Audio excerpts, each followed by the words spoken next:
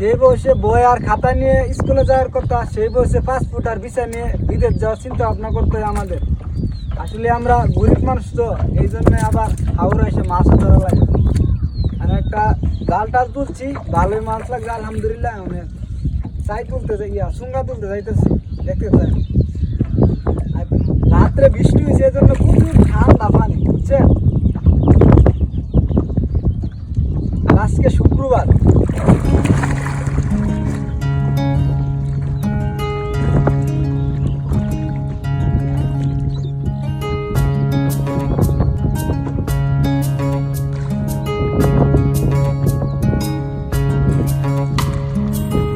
অন্তর পুইরা গেল লাগবে